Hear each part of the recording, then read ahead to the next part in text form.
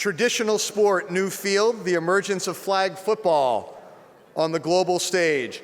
I'd like to welcome Mary Scott to the stage, who will handle the duties of moderator, joined by Sarah Bishop from the NFL, VP of Brand and Consumer Marketing, and Sam Gordon, who is making history today as the first Columbia undergraduate that we have ever had speak at this conference. Woo. Very nice.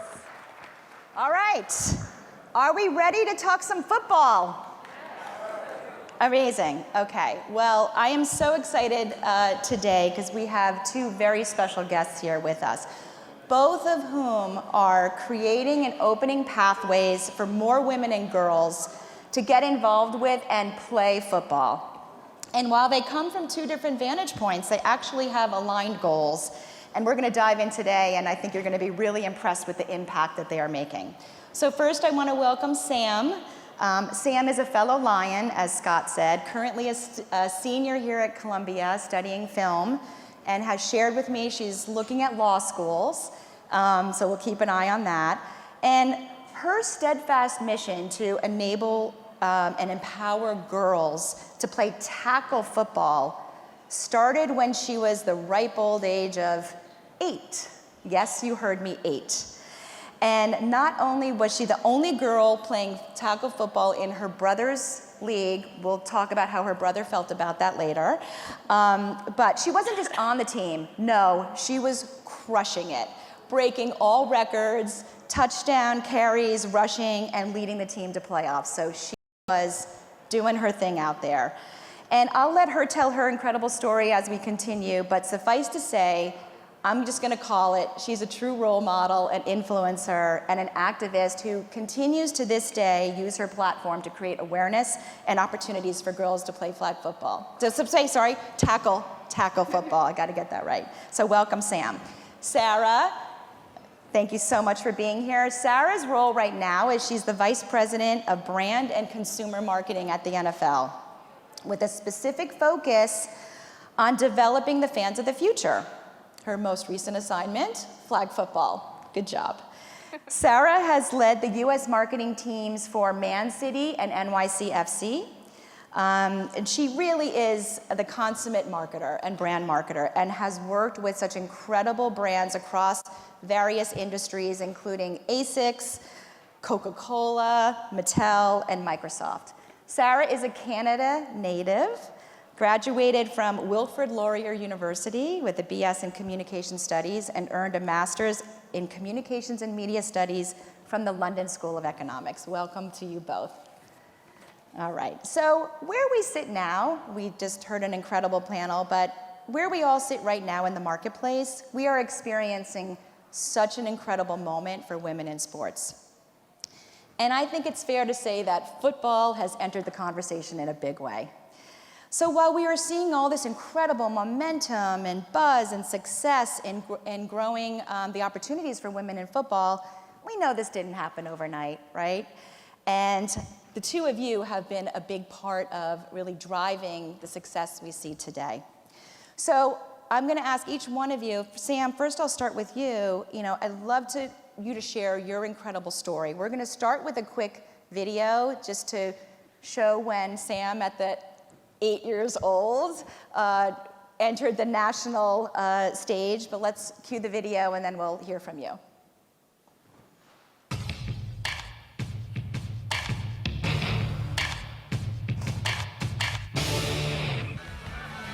And as her legend grew in Utah, she gained an unlikely fan from a popular coach in her youth league. Luke Staley, he's number 6, just like mine, and that's the reason why I chose the number 6. In 2001 at BYU, Luke Staley won the Doak Walker Award as the best running back in college football, and in 2002 was drafted to the Detroit Lions. If she was a girl and played football, you wouldn't hear about it. But the thing that makes her special is that it's a girl, and she's the best in the league. Oh my goodness. Sam, you're vicious. Wow. You're kind of scaring me. See, she joined the 9-9 club. We're going to turn the 6 upside down. We're going to get her another 9 and it's on, Mark. Tackle that guy. No. Get him. No. Go. Get him. Take a look at that. Okay. Let me tell you something. That reel goes on and on and on. We could spend the whole half an hour watching the incredible things. But let me just say, don't be fooled by those adorable eyes and cute little spirit, because this woman has got it going on. So Sam, tell us, really, that launched your national awareness, but where did you take it from there? Yeah, so I started playing tackle football when I was 8 years old. And that was kind of my first moment of realizing that I'm going to be treated differently because I was a girl. I remember like boys chanting like "beat the girl" behind me, like in tryouts, and then parents would like come and grab their boys by the face mask and yell like "don't get beat by a girl," like anytime I knocked them on their butts. And I was like, well, I'm just going to play harder, and then had that highlight video go viral, got a ton of media attention, and was expecting to come back the next season and see more girls out there playing football. But it turns out girls didn't want to play against the boys. They wanted to play against other girls. And so with the help of a lot of other people who'd been wanting to start a league for a while, I helped found the first all-girls tackle football league in the country, which was really powerful to see. We started out with just 50 players, and it was some really bad football at the start because none of these girls had ever played before, and a lot of them had never played a sport before. But in just a decade, we have grown to 34 teams, over 650 players. And if you come out to our fields on a Saturday game day, it would be tough to say that girls can't play football. So we've seen this incredible growth. And Under Armour now sponsors the league. I work with them to kind of go around and run these different camps that are growing flag. The other part of our story that I think is pretty interesting is we filed a Title IX lawsuit. So my freshman year of high school, we filed a lawsuit to see if we could get girls tackle football as a sanctioned high school sport. Title IX requires equal participation numbers within high school, and I think this is confused a lot of time with equal opportunities as far as like sports, but it's actually like the number of participants, and almost no high schools are complying with this because football makes up such a massive number of participants. So we went in. It wasn't until my senior year of high school that we were actually in trial, and the courts found that the schools were not complying with Title IX, and then they ended up sanctioning girls high school wrestling and girls competitive cheer, coming up with an emerging sports program and a lot of other different things to kind of help aid participation. We didn't end up getting girls tackle football, but we got a pathway for us to continue working towards that. So it was really cool, and from 9 years old to now, I've got to see the game grow in a lot of different ways. Amazing story. By the way, guess how old she was when she actually started that girls flag, I keep saying flag, I'm sorry, tackle football league? 12, just 12. I just wonder what all you guys were doing at 12. I'm just saying, not to make us feel bad, but wow, pretty incredible. Thank you, Sam, awesome story. Sarah, wow, I have to just say wow about flag. I'm overwhelmed by just the incredible numbers of people playing flag. I think it's something like 20 million across 100 countries. We now have, in many states, varsity programs for girls in high school. We're starting to see scholarships for women in college. Can we talk about Diana Flores and that incredible Super Bowl spot that still gives me the goosebumps? And, oh yeah, that little thing like flag will be in the Olympics, right? I mean, holy moly. So I think you brought a really great sizzle reel. We'll start off by that, and then I think we'll want to hear from you. Great.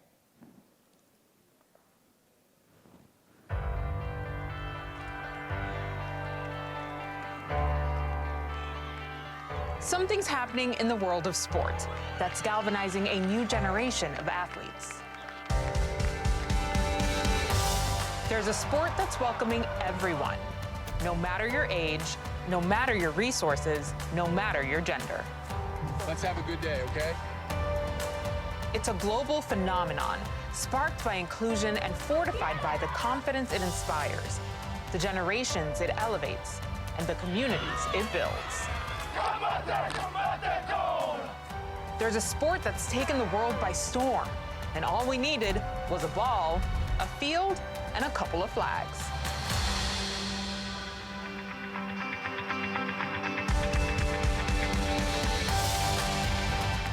Flag football has arrived, a force uniting the world through sport, and one of the fastest growing sports on the planet.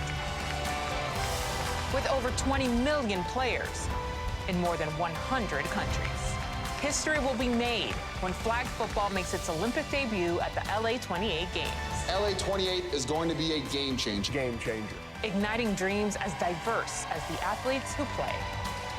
Flag gives me power. Flag gives me heroes. Flag gives me courage. Sisterhood. Brotherhood. Strength. The world. Flag gives me swagger. Swagger. Flag gives me hope. Flag me da orgullo. Flag me da familia. 邀请橄榄球给了我勇气。 Flag gives me motivation. Flag gives us a college scholarship. Flag gives me a shot at Olympic gold. Flag gives us football.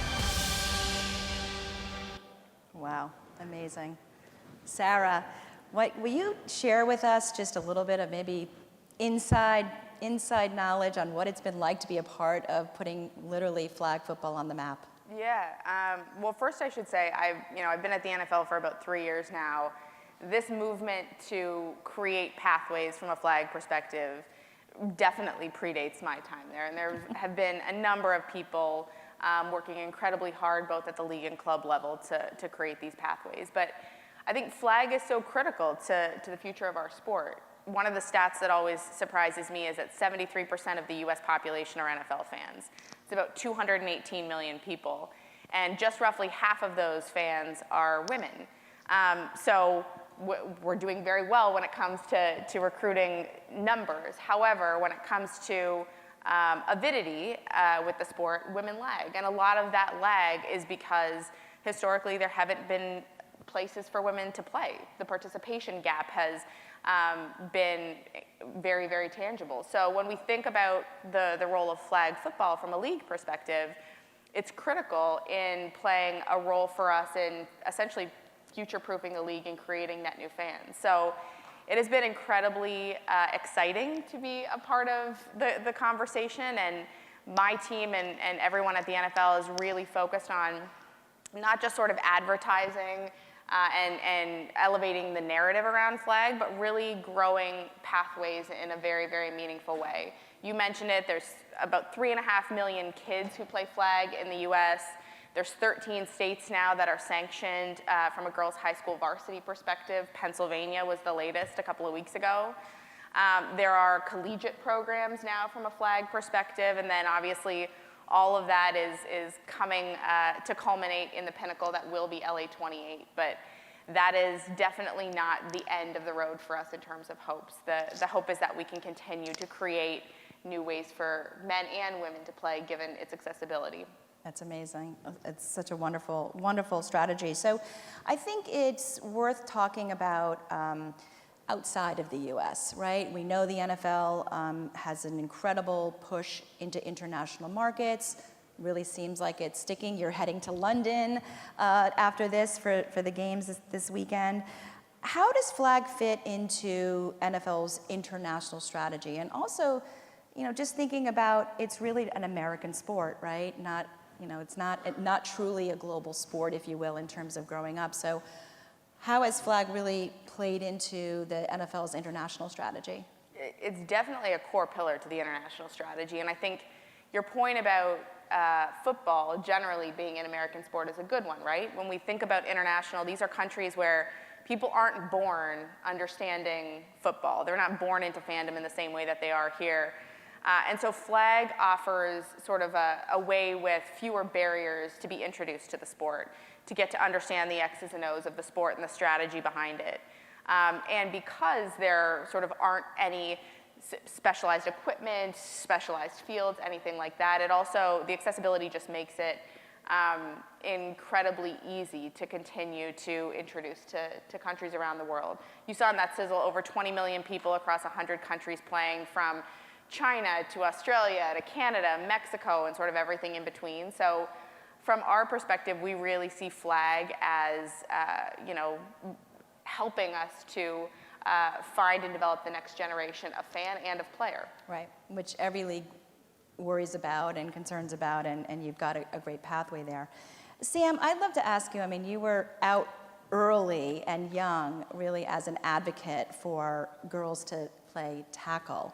I'm just curious, on that journey that you had, would you say there were any maybe surprises along the way, or challenges that you met, or just any moments that just really stand out as being quite meaningful to that effort that you made and are continuing to make, I should say. I think one of the most powerful things is what you're talking about, where you're able to offer a sport to an entire new demographic, and the value that people get from playing sport is incredible. And I can't help, like when we were watching that sizzle and it's like flag gives me this. And I think when I've been in the league and I've gotten to see girls who may not be able to play any other sport, or they haven't felt accepted on another team, can come out and be an MVP on the football field. And like being able to find that community is so important. And the other thing is just how quickly it can grow. And our very first season, all of our coaches were men, our refs were men. The girls didn't really know how to play, but now we have girls who are coming back. They've played, gotten the experience, know the X's and O's. They're the coaches now, they're the refs now, not in just our league, but in the boys' league as well. So just how much the opportunity to play really does expand opportunities on and off the field, and then it really builds confidence and gives the accessibility to all the critical things that you learn from playing a sport. So I think just how accessible football is and the difference it can make beyond just on the field. Right, I think accessible, inclusive, we've heard that before, not maybe always a word you would hear associated with NFL for all, and football for all the reasons that you said. I love that comment about impact. It's that if you see it, you can be it sort of mentality, and it's really there. Sarah, what about you? What has maybe been a moment where you just thought, okay, wow, this is happening?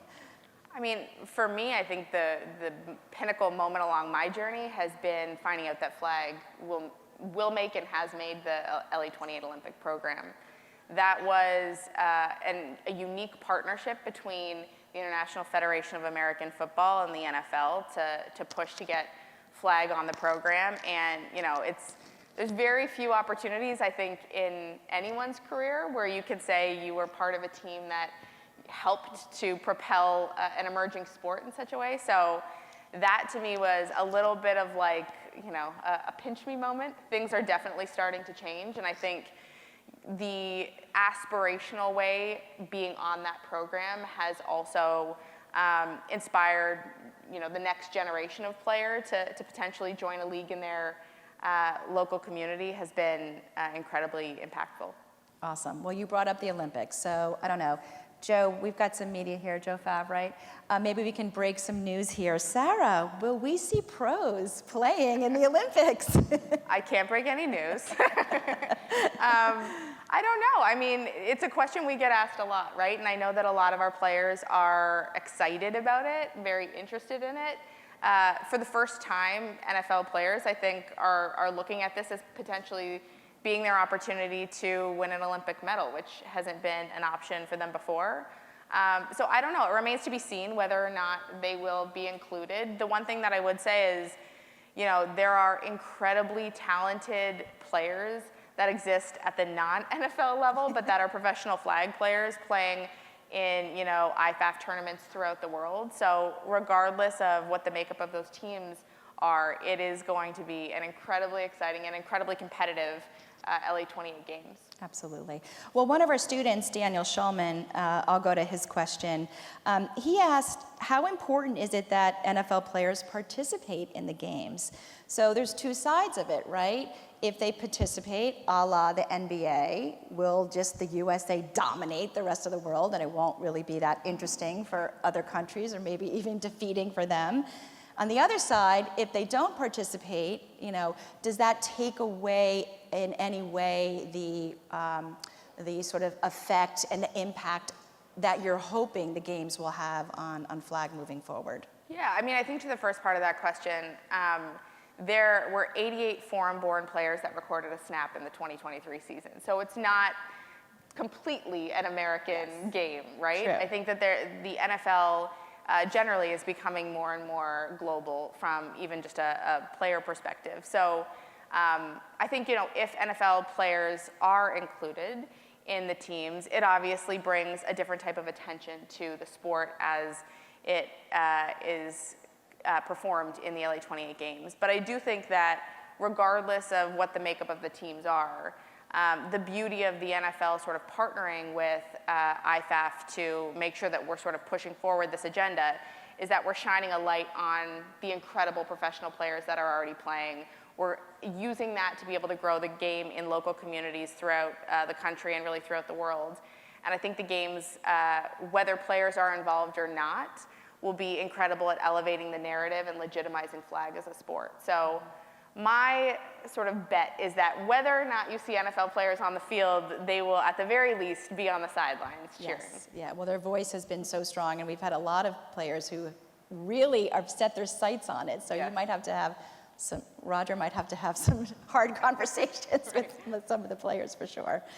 Another question from one of our students, Ariel Huang, asked, flag football is becoming a very trendy sport in China.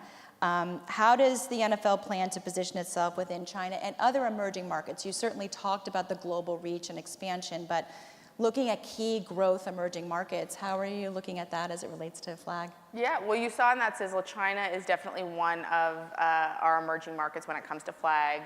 We currently have flag programming in 12 markets around the world, and outside of that, as you saw, played by 20 million people in 100 countries. So, you know, we continue to see flag as an entry point into the sport for people. And regardless, I think, of whatever your familiarity is with NFL football, the beauty of flag, as I mentioned, is being able to start to understand the rules of the game and play the game in a way that is less maybe intimidating and has fewer barriers. So flag will continue to play that role across every country in the world, to be honest, even including domestically in the US.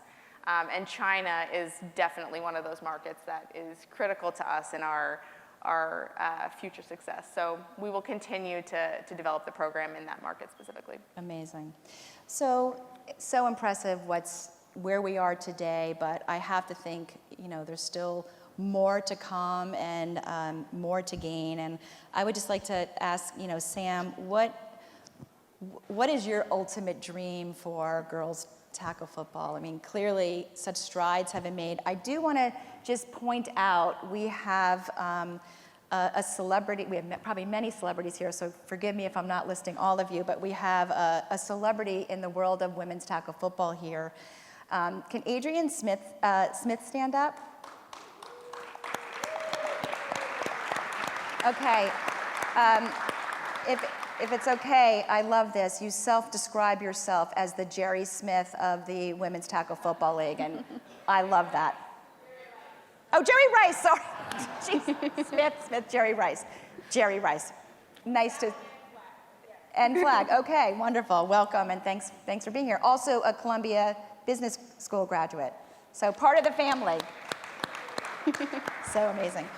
But Sam, back to you. What's your ultimate, you know, dream and goal on where this continues to go and ultimately, you know, lands? I mean, big dream. I would love to see girls tackle football to be just as accessible as the boys' side is, and to get the same recognition. I mean, there's a lot of women's tackle football leagues that already exist, but it's not really recognized or quite as developed as, I mean, obviously on the men's side.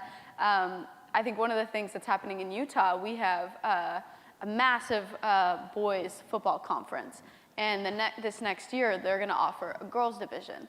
And this, I think, is the way that we can be able to grow youth girls tackle football, rather than us trying to build up this entire new infrastructure, asking these leagues that already exist with 60 school districts and, you know, 8 teams within every district to offer a girls division, and just building it up from there. And then if we can be successful in Utah, that's a much more promotable thing to go to state and see if you can just kind of offer this other thing.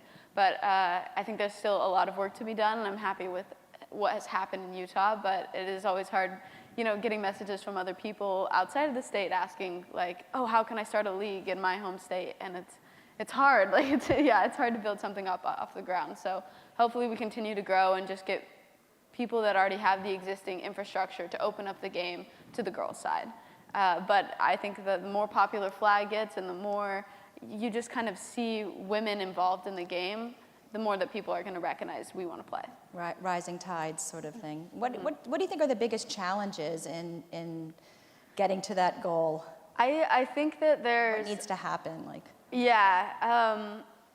it's still like the physical contact side of sports, I think, is still something that women still face a lot of stereotypes with. And girls wrestling is now a thing that's kind of starting to grow, but before that we didn't really have any contact sports. And when we were doing our Title IX lawsuit, I think this was a really eye-opening thing for me to see how much pushback there was from the schools protecting tackle football. They were expecting that the girls should just play on the boys' team. I mean, that's what they kept saying, but I mean, 5-foot me would have no chance playing against these boys, even though I'm like an athlete. And then we had one of the attorneys on the opposing side said that, oh, girls don't want to play tackle football because then boys wouldn't want to date them. And this was just a couple of years ago, and like the high school coaches saying they'd rather get rid of their own tackle team before offering a girls team. So I think you just still have a lot of stereotypes that are kind of holding you back from the physical contact side of girls football. But I think, again, it's like the more we get involved and the more we kind of start to change the narrative. And the other thing is the more that women are in positions of power rather than men, then you're not going to have the same things holding you back. So I think it's a difficult thing to get past, but I hope we can do it. That's very, very well said. Thank you. The stigma, but we're also starting to see, power in other women's sports too, which I think is also part of that rising tides. We're still talking about women's rugby at the Olympics, right? And how incredible and powerful that team was.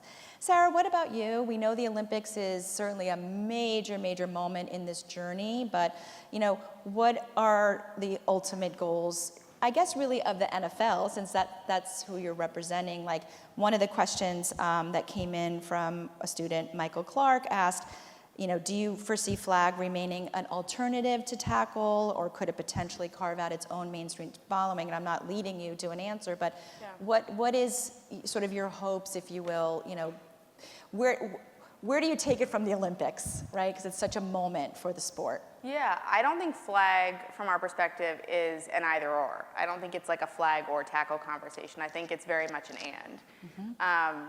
Because I do think that it's a different version of the sport, right? It's not the same, but it continues to just offer new and different opportunities for more people to play.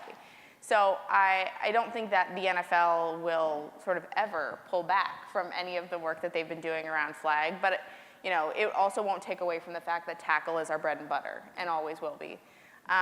One of the things that gets me most excited is thinking about the next generation of player, and especially the next generation of female player, and how they will see flag as potentially a groundbreaking and life-changing opportunity for them.